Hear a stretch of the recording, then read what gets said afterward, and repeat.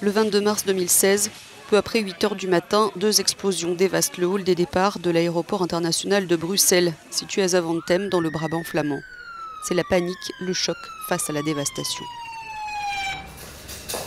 Lorenz avait été brûlé au visage, sur les mains, et des éclats de métal avaient pénétré dans son estomac et ses jambes. Les opérations, la convalescence, tout cela a été long et reste vivace 5 ans après.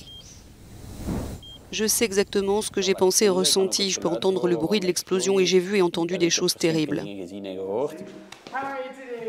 Sébastien, ancien basketteur professionnel, était aussi à l'aéroport. Il a passé 4 mois à l'hôpital, subi 13 opérations et il a une broche métallique dans chaque jambe et sa rééducation continue.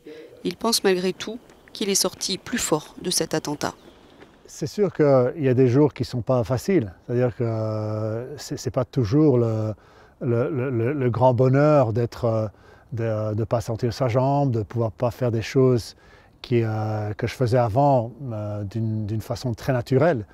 D'un autre côté, je pense que les plus grands challenges de la vie sont aussi à travers ce challenge-là qu'il y a les plus belles leçons de vie. 1 heure après l'explosion de l'aéroport, une autre se produit à la station de métro Malbec, dans le quartier des institutions européennes. Charlotte a perdu son mari David Dixon lors de cette explosion. Elle préside aujourd'hui l'organisation Survivors Against Terror qui soutient les victimes du terrorisme.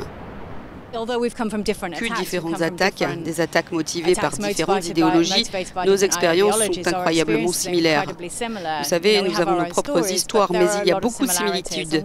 Et l'une d'entre elles tourne autour de cette sorte de sentiment d'abandon après le drame, le sentiment que l'État ne s'occupe pas de nous comme il l'avait promis. Au total, 32 personnes ont été tuées et plus de 300 ont été blessées par ces attaques coordonnées qui resteront à jamais dans les mémoires des survivants.